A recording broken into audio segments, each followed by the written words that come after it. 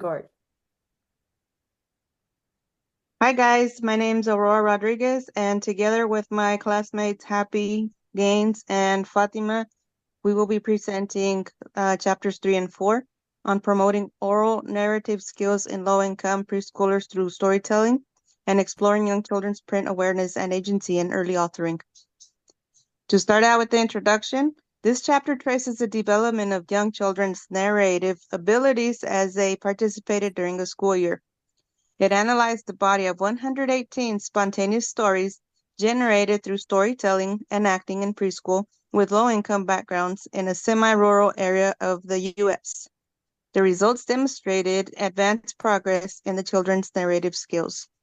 The study reported increasing evidence that storytelling and acting may aid in promoting narrative development and emergent literacy foundations in low-income young children. Narrative is a crucial component of humans' thoughts, interactions, and development. Narratives of various sorts are linguistic and cognitive tools that we use to represent and reflect on past happenings, to structure and evaluate present experience, and to make sense of the social world and ourselves, and that's according to Bruner. Next slide. How can we promote young children's narrative abilities? By interactive book reading and other forms of adult-child interaction have shown to promote early narrative abilities in valuable ways. Storytelling practices use prompts and scaffolding to encourage children's storytelling, emphasize descriptive language and sequencing. Classroom environment. Create a safe space for your children to share their stories. Provide diverse materials such as puppets and props to support storytelling. And your role as a teacher, engage actively with children's narratives, offering feedback and encouragement. Model storytelling to inspire and guide children. Next slide. In the background and significance behind this study, it focused on low-income preschoolers to highlight equity and literacy opportunities, and it explored the developmental impact of storytelling and story acting. In the classroom practices, Head Start children began with exceptionally weak language skills and narrative competence in comparison to other children in other preschool programs that have their low-income children. And the activities included was collaborative story creating and acting. And the outcomes, the children demonstrated improved narrative complexity and confidence, and the enhanced social interactions and peer collaboration. And I will pass it on to Happy. Okay, so I'm going to talk about the narrative development measures. So the study tracked children's storytelling progress using 7 key measures, which I'm going to talk about in a while. So on page 57 on our textbook, you can see a table there, and it shows about the study. And 4 focus on the complexity of their stories, while 3 evaluated how well they represented and interacted with characters in their narratives. So children started by creating simple lists of characters, and by spring, their stories become more detailed and with complex character development and connection. So for example, a child who starts with, there's a dog and a tree, might later say, the dog ran to the tree to find shade. This shows how children learn to connect ideas and create meaningful stories. So proportion of narrative versus non-narrative voices. So the children's stories showed a shift from non-narrative clauses like simple descriptions to more narrative clauses which advance the story. This shift is a sign of growing narrative skill. So for example, in the fall, 63 of the clauses were narrative, and by spring, 83% were narrative, showing an increase in storytelling depth. And next slide, please. So let's talk about the temporality in storytelling. So this measure examined how consistently children use tenses like past, present, or future in their stories. So use past tense correctly is a key skill in storytelling. So temporality talks about young children often switch between tenses, which can cause confuse the listener with the practice. They learn to stick to one tense like past tense, so their stories make more sense and flow better. For example, a child might start with the dog runs to the park and then he ran back, but later improved to the dog ran to the park and played. So this show they're learning how to keep the story clear. So connectivity in story. So children were assessed on how well they connected their ideas and sentences within their stories. So higher levels of connectivity means more complex and cohesive storytelling. So this one, they talk about connecting ideas makes stories smoother and easier to follow. So over time, children learn to explain why things happen or how events are related instead of just naming actions one after another. For example, instead of saying the dog went to the park, the cat was there, a child might later say the dog went to the park because he wanted to see the cat. Though this shows they understand cause and effect. So let's talk about the character representation and interaction, the next slide. So children's stories progress from having inactive characters to having active ones who interacted with each other. This shows growth in their ability to create dynamic characters. So when kids first tell stories, they might just say, there's a princess and a dragon. Over time, they learn to show what the characters do and how they feel about each other. So this makes the story more fun and interesting. For example, instead of saying, there's a princess and a dragon, a child might later say, the princess asked the dragon to help her find treasure, and the dragon agreed. So this shows how characters become active and interactive. So why storytelling and story acting has impact to children, have impact. So children who participated in storytelling and story acting showed more improvement in their narrative abilities compared to those who didn't. So when kids act out their stories, they show how the characters might behave. So this helps them understand their own ideas better and makes learning fun. Acting also helps them connect more with the story. For example, a child might tell a story about a knight climbing a mountain and then act it out. This helps them thinking about the knight would move and feel, making the story more real. So on our textbook, you would see there's a large scale study findings on the next slide, please. So a larger study confirmed that storytelling and story acting help improve children's narrative skills, literacy, and social skills. So children who participated in storytelling activities demonstrated better language skills and were more socially competent than those who didn't. So why storytelling and story acting work?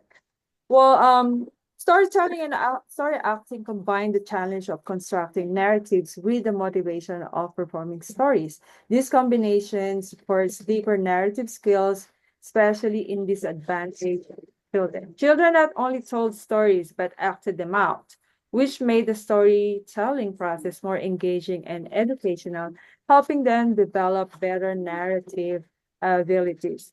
And when kids tell and act out stories, they can think creatively and show their ideas in a fun way. So acting helps them feel what's happening in the story so they learn more deeply. So this is all about chapter 3, and I'm going to pass it on to Miss Fatima to talk about chapter 4. Hello. Chapter 4 is about the apprentice's story writer, exploring young children parent awareness and agency in early authoring. This chapter very much addressed the way in which storytelling and story acting enable children to learn about writing and scribe on and peers author. This chapter is cover all this point below here, and I put it on objects, early authoring, enhancing children's awareness of writing language, self-initiated authoring in reception, self-initiated authoring, and scribing in the preschool. The next slide is about early authoring. And this one is telling us about the what the element that impact the early authoring included the social culture in early authoring, family background, community norms, and interaction with others, and playful materials. This is just coming if you look at early childhood setting. You might see in the same classroom, you have a student in different levels, some of them in advanced level, some of them in just like appropriate level, other in just like below the level. All this one where is the child come from has big impact of them. And also playful and material. Material has big impact. If you go back to family backgrounds, you might find some children come from home that has no supplies or family has no an idea what the benefit um, of print or writing. And that's what is the impact will the child's coming from. And also, if you look here at this image, it's telling us writing tool, it is not only about pencil, pen, marker, crayons, any other material, children can be able to manipulate it and make it as a print. If you see here, this is just pieces of blocks. The children use their cognitive and make it like ABC. And also this another set of deluxe, and some of them already is there, like you may see OC, YV, and also another opportunity for children, they can create other alphabet. On the next slide is about enhancing children's awareness of writing language. And this is focusing about the impact of adults who around the children. It could be parents, any family members, educators on the children's early authoring. Like when, if you notice, when the in pre-K or the first uh, early childhood setting, the teacher first wrote the child's name. We start with the child's name because the child's name means something to them. That's why we start with that. Make the child more interesting in writing. And also adult voice the child's name. When they say the child's name, sound it out for the child to know how they can connect it with the alphabet letters. If you see here on this story, we got it from the chapter. It is just so cute story. The child being able underlining the nouns in their story. If you see here, you can be able to read. I think this is gonna be like tree. This is gonna be branches. And you can see here little birds, shivered, nest, and here the child put circle around mommy. And I think he feel like this is special for him or her. And also then the child, after write or uttering their story, they're gonna act it out. On the another section here, we're gonna talk about self-initiated authoring in reception.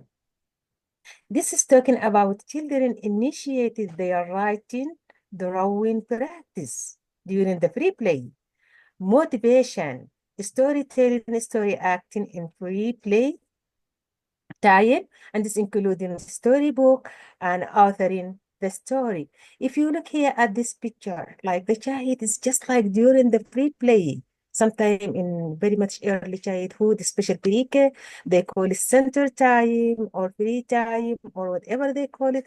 The child, they just use their imagination and they just draw, write their story, and act it later on. And if you look here, we have like motivation. This is coming to us as an educator, as an adult who around the child, like coming around, show your child your interest on the child's work. That's me. The child feel like, oh, my teacher is interesting in my work, and just like give them some motivation to work more to improve their writing. The next one is about self-initiated authoring and scribing in the preschool.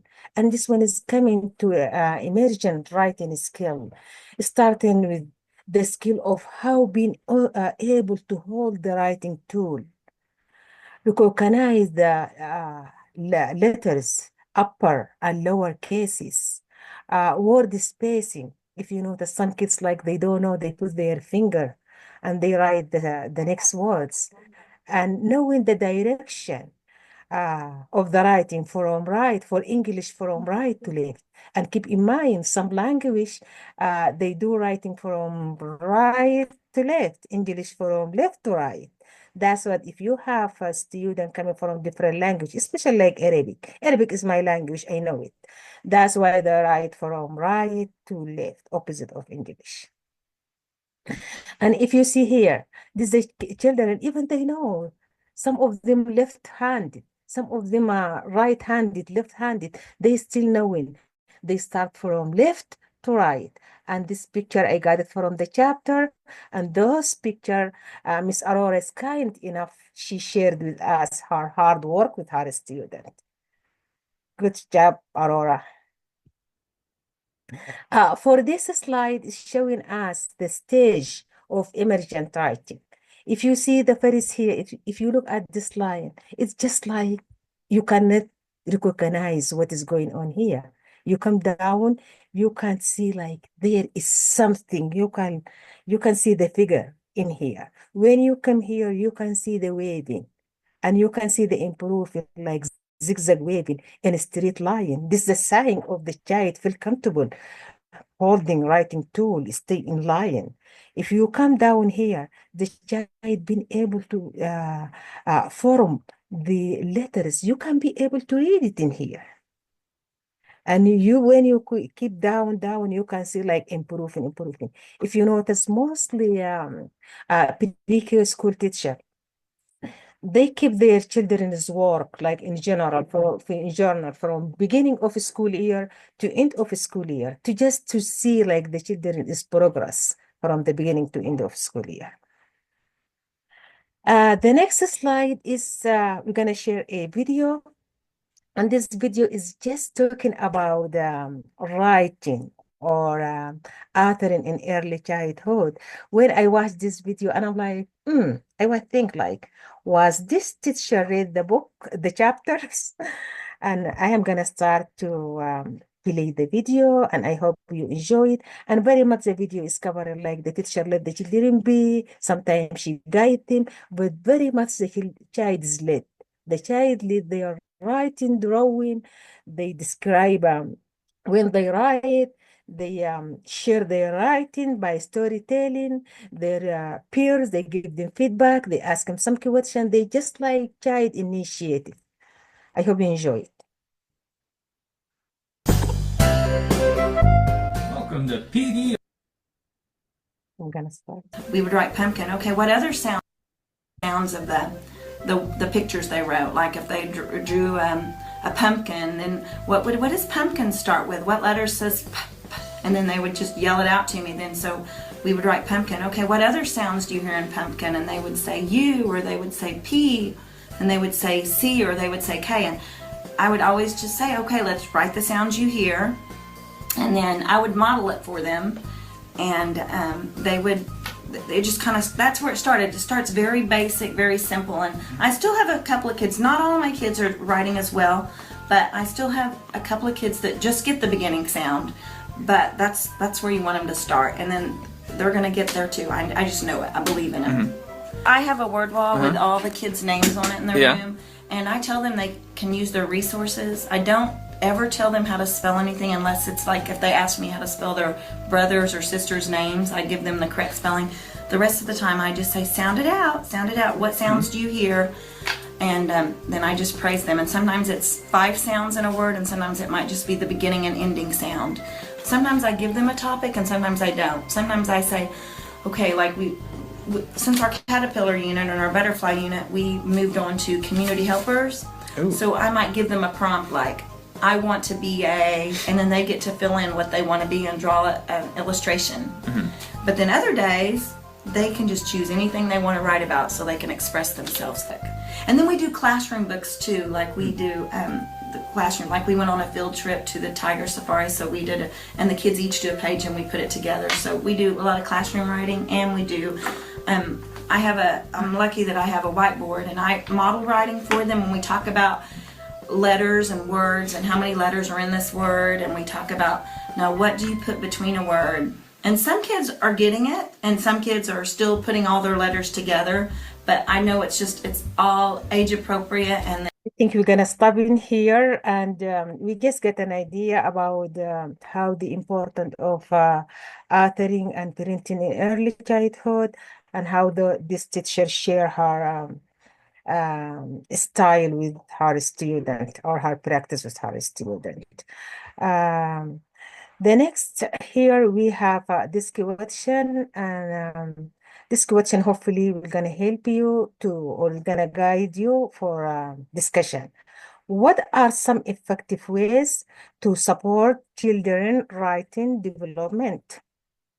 If you could change one aspect of early childhood writing method, what it will be and why? Yes, thank you for listening to our presentation, and Aurora, Happy, and Fatima. Have fun. Thank you. Thank you. Goodbye.